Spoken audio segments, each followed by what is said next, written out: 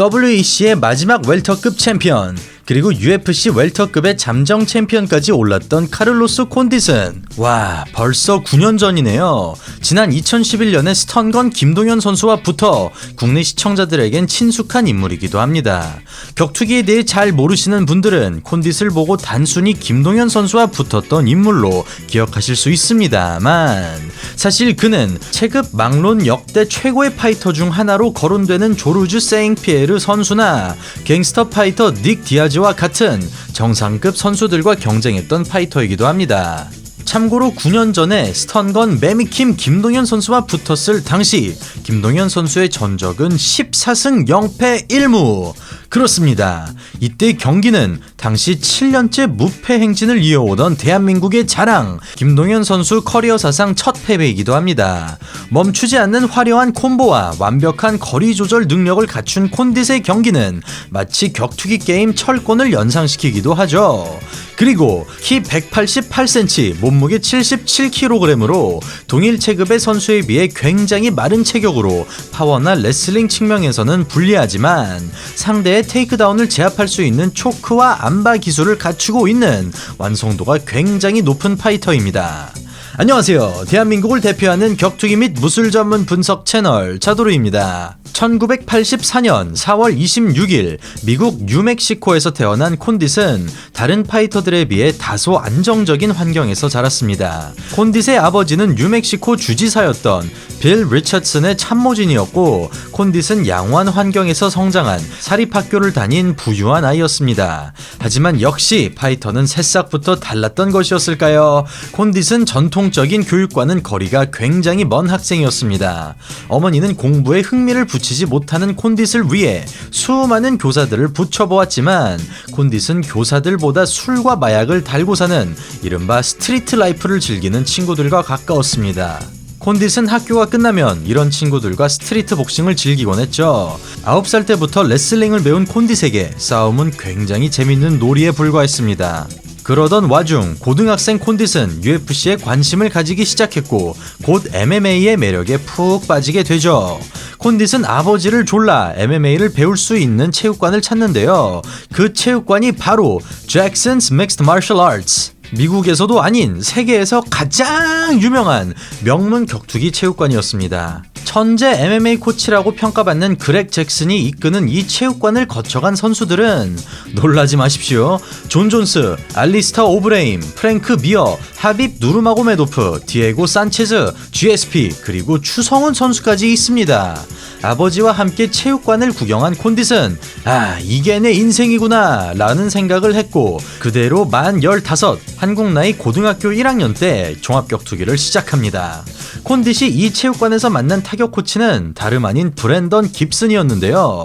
그는 존 존스를 비롯한 세계 정상급의 타격가를 만들어낸 오늘날 최고의 타격 코치 중 한 명으로 손꼽히고 있습니다. 잠재력이 넘치는 선수가 이렇게 뛰어난 코치들과 합쳐지니 그의 성장은 정말 미친 듯이 빨랐습니다. 한편 성인이 되어서도 친구들과 길거리 싸움을 즐긴 콘디스는 어느 날 바에서 친구들과 시간을 보내고 있었는데요. 한참 취해가고 있던 그때 종종 그랬듯 바의 반대편에서 다른 패거리가 싸움을 걸어왔습니다. 순식간에 분위기는 험악해졌고 결국 말로 끝나지 않고 주먹이 날아가기 시작했습니다. 급기야 이 와중에 콘디스의 친구가 칼에 찔리는 상황까지 치닫게 되죠.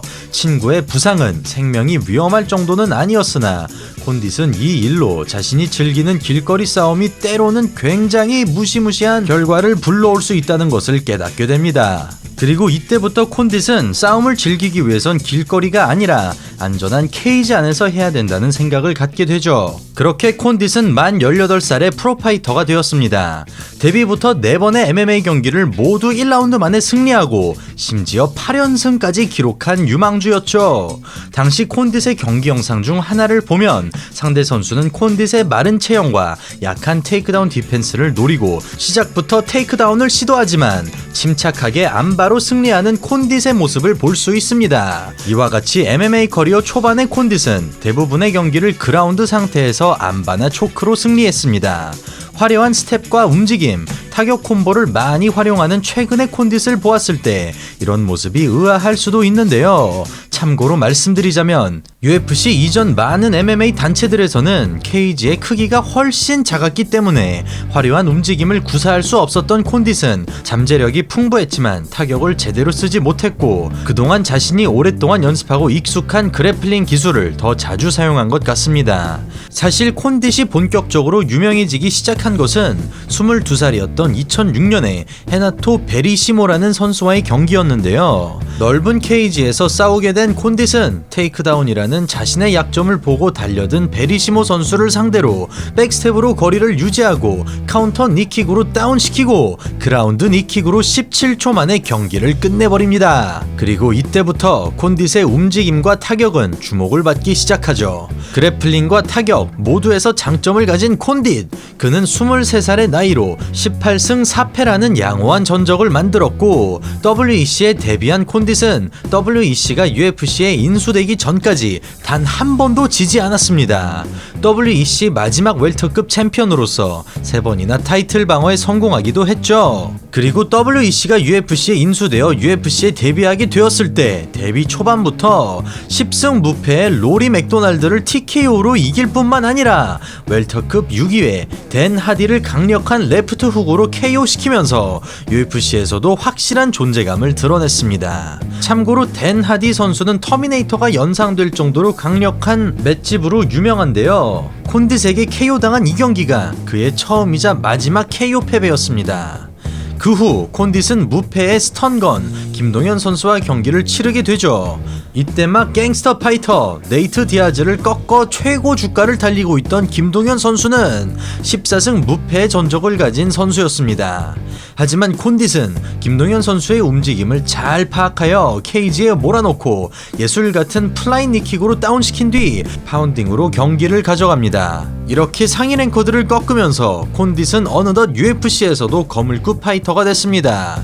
그리고 때마침 당시 챔피언이었던 조르주 생피에르 선수의 부상이 길어져서 잠정 타이틀의 기회가 생겼고 이 기회의 주인공은 다름 아닌 돌 플러스 아이 갱스터 파이터 닉 디아즈와 우리의 주인공 콘딧이었습니다.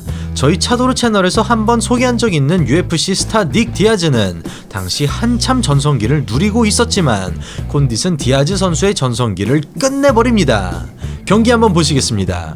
복싱을 앞세워 전진영 경기를 펼치는 디아즈 선수를 상대로 콘딧은 거리를 유지하고 공격을 잘 피해주면서 침착하게 경기를 맞섰습니다. 경기 중반에 접어들어 거리감을 잡은 콘딧은 적절한 거리에서 킥으로 거리를 유지하며 디아즈가 자신을 코너로 몰지 못하게 했고 한편으론 레그킥으로 계속해서 디아즈 선수에게 위협을 가했습니다. 그리고는 본격적으로 자신의 주특기 펀치와 킥이 섞인 콤보 공격을 퍼부었고 결국 전략에서 밀린 디아즈 선수는 끊임없이 움직이며 콤보를 명중시킨 콘딧에게 잠정 챔피언의 자리를 내주게 됩니다. 그리고 드디어 조르주 생피에르 선수의 부상이 회복되고 콘딧은 세계 최강자를 가리기 위한 챔피언 타이틀전을 치르게 됩니다. 경기 내용 한번 보시겠습니다. 그리고 지금부터 편의상 조르주 생피에르 선수는 한국 네티즌들이 지어준 별명 조상필 선수라고 부르겠습니다. 콘딧은 3라운드에서 멋진 콤비네이션을 성공시켜 조상필 선수를 다운시키기도 했습니다. 후속 파운딩을 시도했으나 경기를 끝내지는 못했죠. 한편 역사상 최고의 파이터 중 하나로 평가받는 조상필 선수는 역시 엄청났습니다. 조상필 선수는 자신의 강력한 레슬링을 앞세워 경기를 지배했으며 결국 콘딧은 만장일치 판정 패배를 당하고 맙니다. 물론 패배 자체는 아쉬웠지만 이 경기에서 콘딧은 조상필을 다운시킨 역사상 두 번째 선수가 되었고 이뿐만 아니라 조상필 선수 역시 경기에서 이기긴 했지만 인터뷰를 통해 내가 싸워본 선수 중 최고의 선수는 바로 콘딧 이라고 말하기도 했습니다. 이렇게 정상급 선수들과 경쟁했던 콘딧의 전성기는 이 패배로 인해 저물어가는 듯 했고 심지어 이후 타이론 우들리 선수와의 경기에서 콘딧은 압도적인 파워의 테이크다운 스킬이 좋은 우들리 선수를 상대로 고전하다가 경기 도중 아이고 십자인대가 파열되어 그대로 경기를 중단, 부상으로 인한 패배를 당하고 맙니다. 하지만 아직 전성기를 끝내기에는 아까웠는지 1년의 공백기를 거쳐 돌아온 콘딧은 티아고 알베즈와의 경기에서 멋진 콤비네이션을 성공시키며 닥터 스탑으로 경기에서 승리했고, 그 기세를 몰아 웰터급 챔피언이자 95% 이상의 KO 승률을 자랑하는 타격가 로비 라울러 선수와 타이틀전을 치르게 됩니다. 최근 몇 번의 패배는 있었지만 타격만큼은 자신 있는 콘딧에게 이 기회는 다시 한번 챔피언십에 도전하기 딱 좋은 경기이기도 했죠. 이 두 명의 타격가는 정말 엄청난 명경기를 보여주었는데요. 한번 보시겠습니다. 닉 디아즈전 때와 같이 로비 라울러는 움직임이 화려한 콘딧의 움직임을 가두기 위해 옥타곤의 중앙을 점령하며 압박했습니다. 거리감을 먼저 잡은 쪽은 콘딧이었는데요. 경기 초반 라울러의 턱에 레프트를 명중시키며 다운을 뺏어냅니다. 분위기가 반전되고 이제는 콘딧이 중앙에서 라울러 선수를 압박합니다. 콘딧이 타격에서 우세를 보여주는 듯 했지만 순간 라울러 선수의 카운터 펀치에 다운이 됩니다. 이렇게 분위기가 반전되는 거 아닌가 했는데 경기 후반에 콘딧은 또다시 콤비네이션을 성공시키며 엄청난 기세로 밀어붙였습니다. 정말 막상막하네요. 끊임없는 콤비네이션과 움직임으로 엄청난 경기 운영을 보여준 콘딧은 경기 막바지까지도 라울러 선수보다 훨씬 더 많은 타격을 명중시켰고, 경기는 그렇게 무난히 콘딧의 승리로 다가가는 듯 했습니다만 경기 끝으로부터 2분을 남겨둔 순간 난타전 끝에 콘딧은 비틀거리기 시작하며 많은 추가 타격을 허용합니다. 콘딧은 스플릿 판정으로 패배했는데요. 수많은 전문가들과 팬들은 콘딧이 압도적으로 많은 타격수를 기록했기 때문에 판정에 대한 논란은 아직 멈추지 않았습니다. 어쨌든 두 선수는 엄청난 경기를 보여줬고 콘딧은 다시 한번 존재감을 과시했습니다. 하지만 그 후 현재까지 데이미안 마이아 선수에게 리어네이키드 초크로 패배하고 알렉스 올리베이라 선수에게 길로틴 초크로 패배 등 4연패를 기록 중입니다. 한때는 정말 멋있고 파란만장한 커리어를 기록하고 있었는데 어느새 조금씩 역사 속으로 사라지고 있는 듯합니다.